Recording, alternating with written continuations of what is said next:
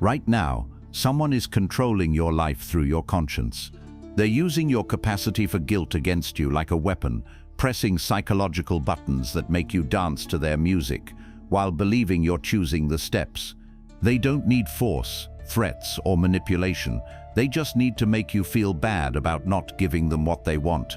And because you can be made to feel guilty, you can be made to comply, submit, and surrender your autonomy to anyone clever enough to weaponize your own moral instincts against you. Tonight, we confront the most insidious truth about psychological control. If you can be guilt-tripped, you can be owned. In the sophisticated arsenal of human manipulation, no weapon is more effective, more subtle, or more devastating than guilt expertly deployed against those who possess functioning consciences. This is not the crude domination of the obviously tyrannical. This is the elegant control of those who have learned that the strongest chains are forged not from steel, but from your own sense of moral obligation, your own fear of being perceived as selfish, your own desperate need to see yourself as a good person who cares about others' feelings. Tonight we descend into the psychological underworld where your virtues become your vulnerabilities, where your compassion becomes your cage, where your desire to be morally upright becomes the rope with which others bind you to their agendas.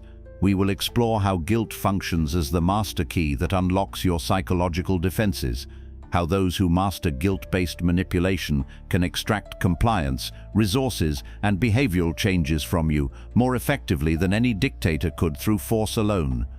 Through the ruthless political analysis of Niccolò Machiavelli, who understood that the most effective control operates through the manipulation of subjects' own moral frameworks rather than through external coercion, through the shadow psychology of Carl Jung, who revealed how guilt often represents projected inadequacy that makes you vulnerable to others' emotional manipulation, through the moral genealogy of Friedrich Nietzsche, who exposed guilt as a weapon of the weak, designed to constrain the strong by making strength itself appear morally questionable, through the existential insights of Jean-Paul Sartre, who recognized that authentic existence requires immunity to others' attempts to define your moral obligations, and through the understanding of modern psychology that reveals the neurological mechanisms by which guilt bypasses rational thought to create immediate behavioral compliance. We will uncover how your susceptibility to guilt has made you a puppet dancing to others' emotional manipulation. By the end of this philosophical examination, you will understand why nice people are the easiest to control, why those with strong moral convictions are the most vulnerable to manipulation, and why learning to be selectively immune to guilt is not moral failure, but the foundation of authentic freedom and genuine moral choice. The question that will determine whether you live as a sovereign individual or remain a psychological slave to others' emotional demands is this: will you continue allowing others to control your behavior through manufactured guilt, or will you develop the strength to feel guilty only about things that actually deserve guilt, rather than about refusing to sacrifice yourself for others' convenience? Niccolò Machiavelli understood something that escapes most people. The prince who can make his subjects feel guilty for opposing him wields more power than the prince who relies on force alone, because guilt-based control operates through the subject's own moral mechanisms, making resistance feel like moral failure rather than justified opposition to unjust authority. Machiavelli observed that effective rulers learn to frame their demands in moral terms that make compliance appear virtuous, while making resistance appear selfish, uncaring, or harmful to others who supposedly depend on the subject's cooperation. This approach transforms every request into a moral test, where refusing makes you the villain and complying makes you the hero in a narrative controlled by the person making the demand. The political insight that Machiavelli provides is that guilt-based manipulation is more sustainable than force-based control, because it requires subjects to police themselves according to moral frameworks that serve the ruler's interests rather than requiring constant external enforcement that creates obvious resentment and eventual rebellion. Consider how this operates in practice. The political leader who frames tax increases as moral obligations to help the less fortunate rather than as resource extraction for government expansion creates compliance through citizens' own sense of social responsibility rather than through threat of punishment alone. Citizens who pay feel virtuous. Citizens who resist feel selfish. The employer who frames unpaid overtime as commitment to team success rather than as exploitation of employee goodwill extracts additional labor through workers' own professional pride rather than through formal requirement that might trigger labor disputes. Employees who comply feel dedicated. Employees who refuse feel uncommitted.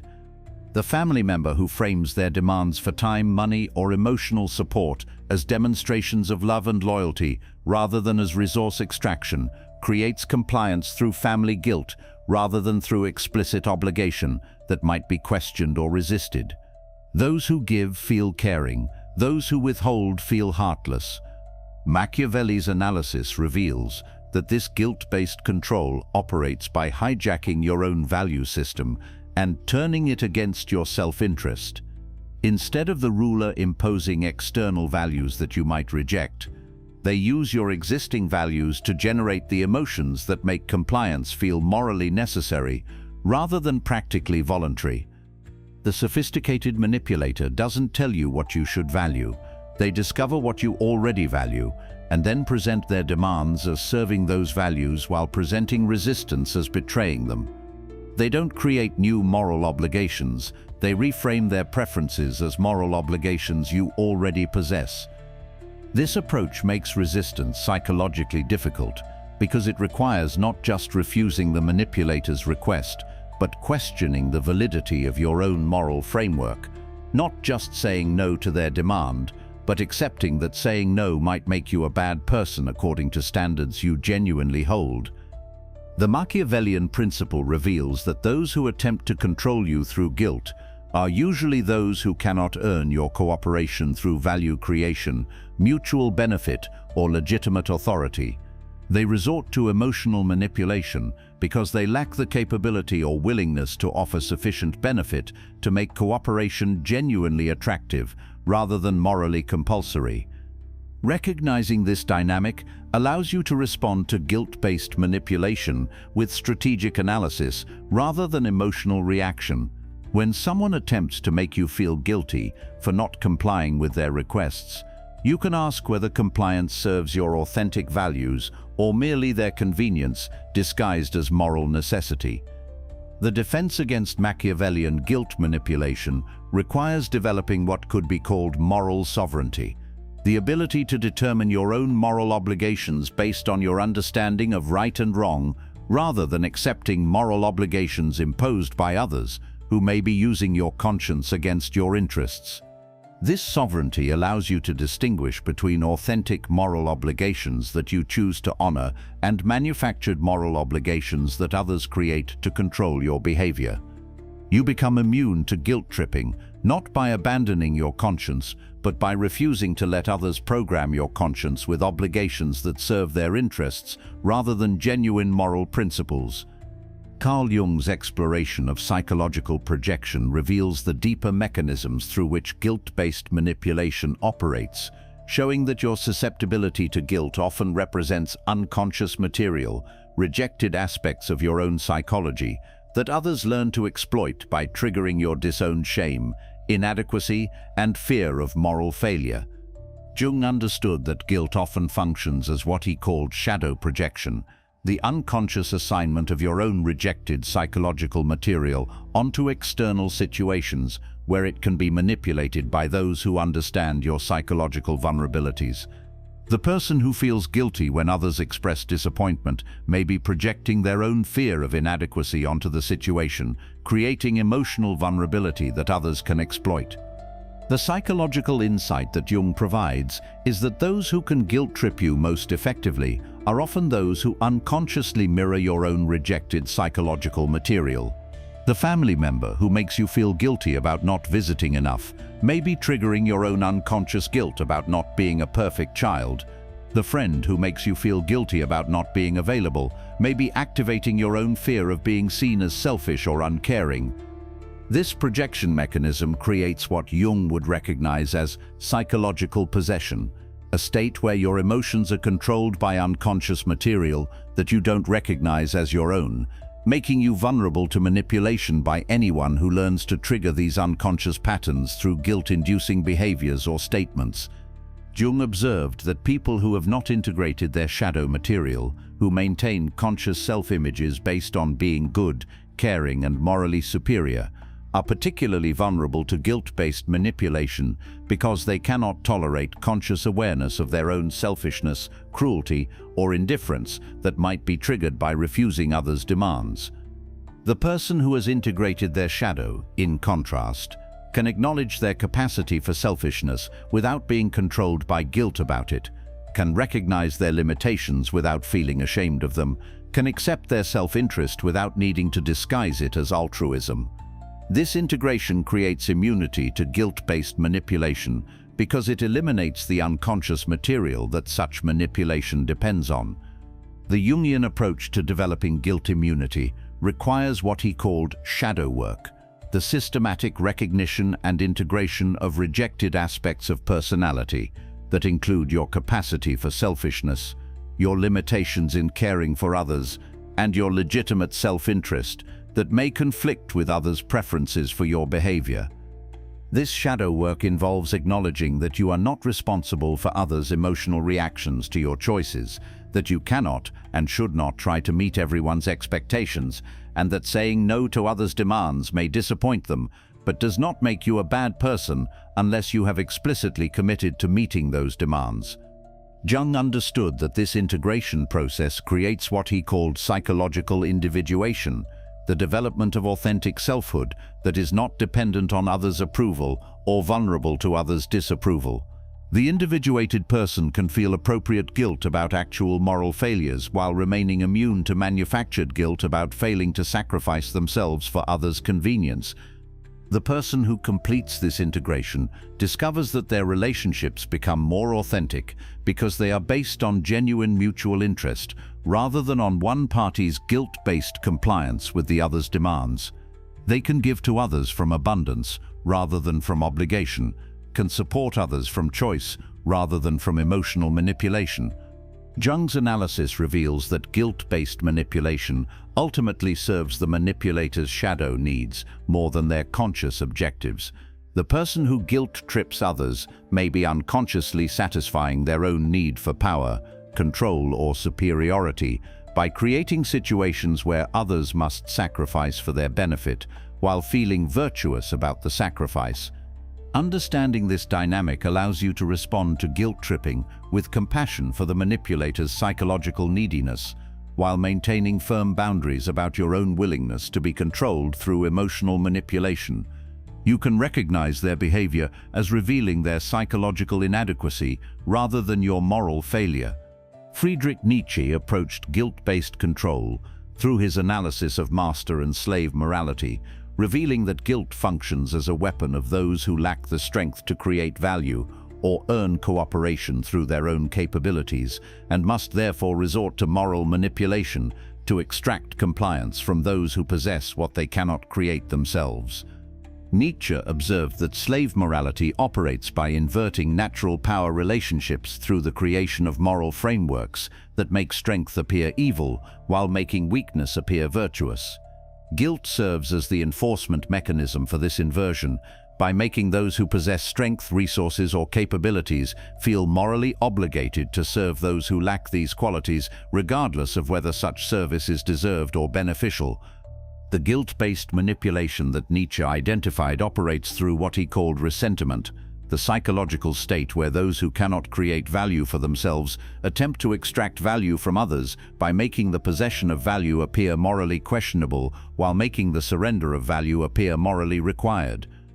This resentment manifests in the family member who makes successful relatives feel guilty about their success while demanding financial support, in the friend who makes accomplished individuals feel guilty about their achievements while expecting constant emotional support, in the community that makes productive members feel guilty about their productivity while demanding sacrifice for collective benefit. Nietzsche's analysis reveals that these guilt-based demands serve the psychological needs of those who prefer to extract value from others rather than create value themselves, who would rather make others feel bad about their capabilities than develop their own capabilities. who find it easier to manipulate through moral pressure than to attract through mutual benefit. The person who falls victim to this manipulation becomes what Nietzsche would recognize as a slave, not because they are physically constrained, but because they have accepted moral frameworks that make their own interests appear selfish while making others' interests appear sacred, that make their own development appear arrogant while making others' comfort appear virtuous. Breaking free from this psychological slavery requires what Nietzsche called the revaluation of all values, the systematic examination of every moral claim to determine whether it serves life enhancement or life diminishment, whether it supports strength or weakness, whether it encourages creation or extraction, whether it promotes genuine virtue or manufactured obligation.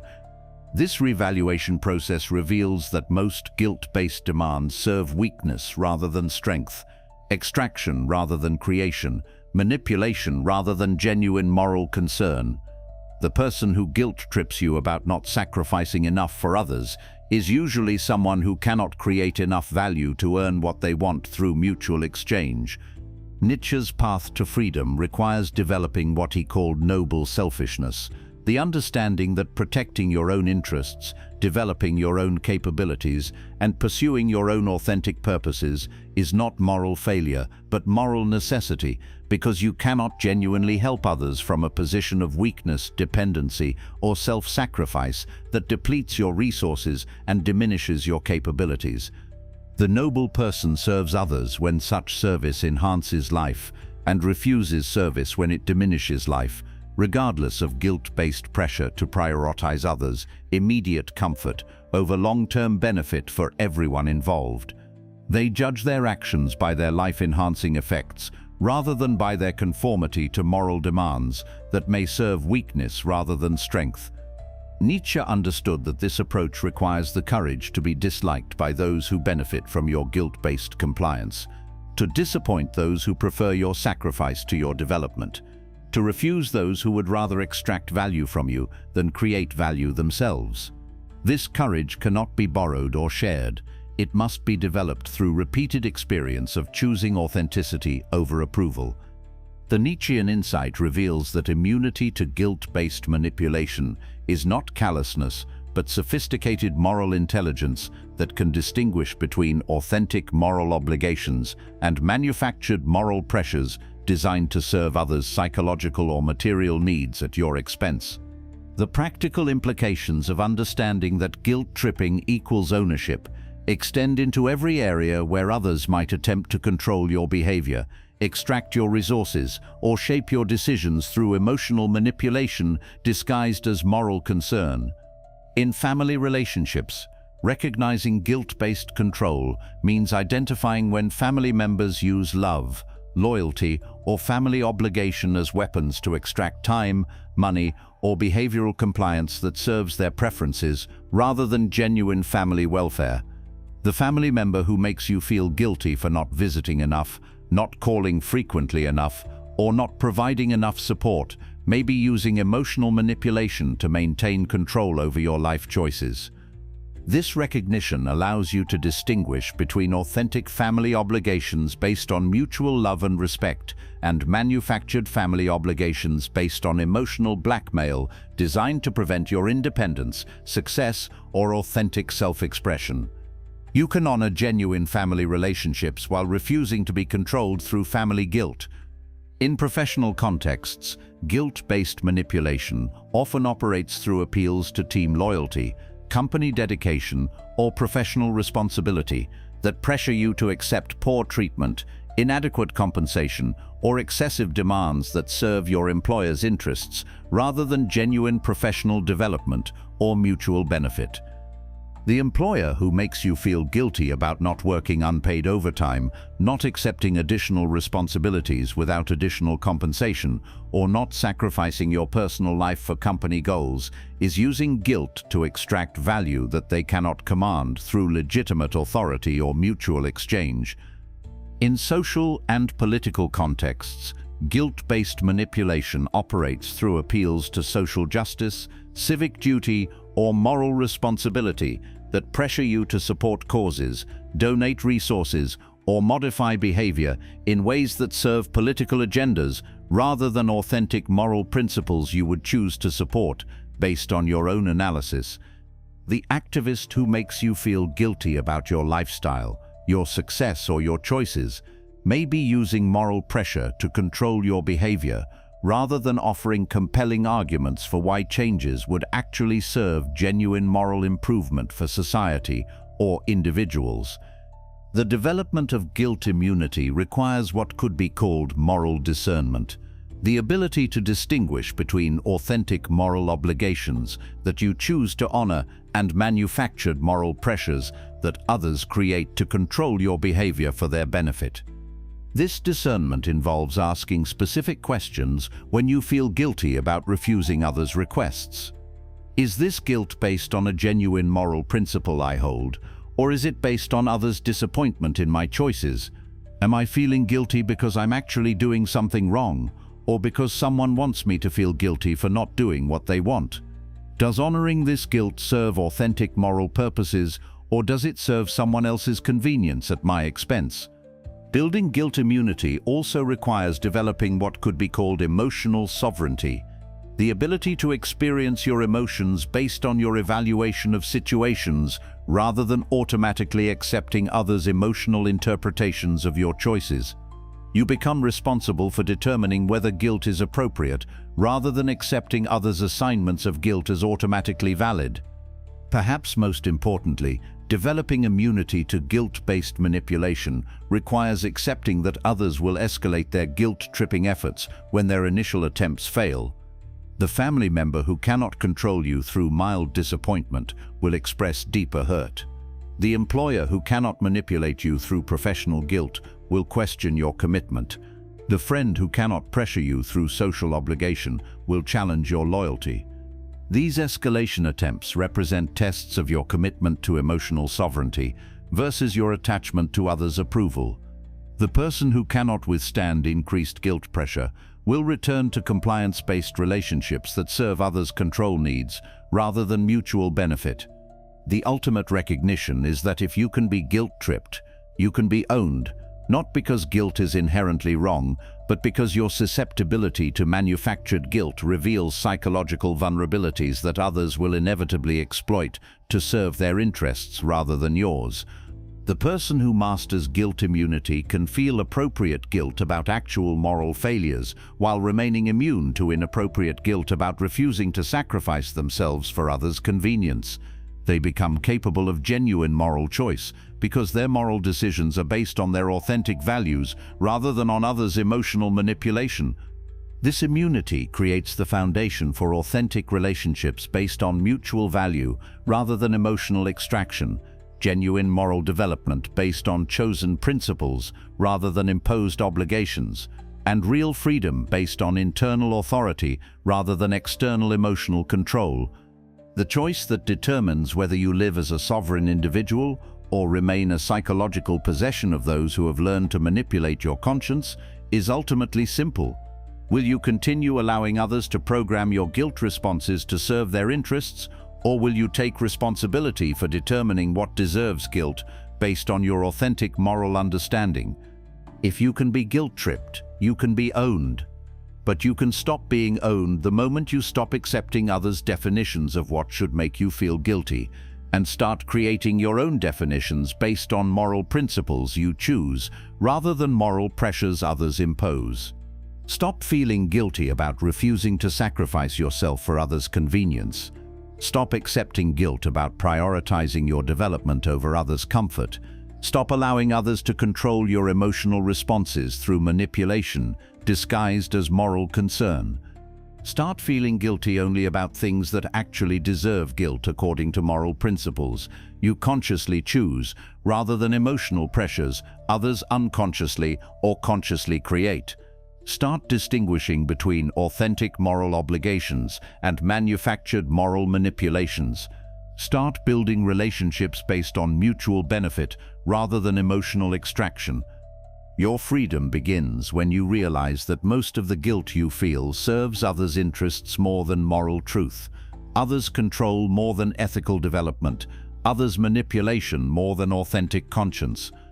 If you can be guilt-tripped, you can be owned. Stop being guilt-tripped. Stop being owned. Reclaim your emotional sovereignty. Build your moral discernment. Develop immunity to manipulation disguised as moral concern. Your conscience belongs to you, not to those who would program it with guilt, designed to serve their interests at your expense. Protect it, direct it, use it to serve authentic moral purposes rather than manufactured moral pressures. The person who cannot be guilt-tripped cannot be owned. Become that person.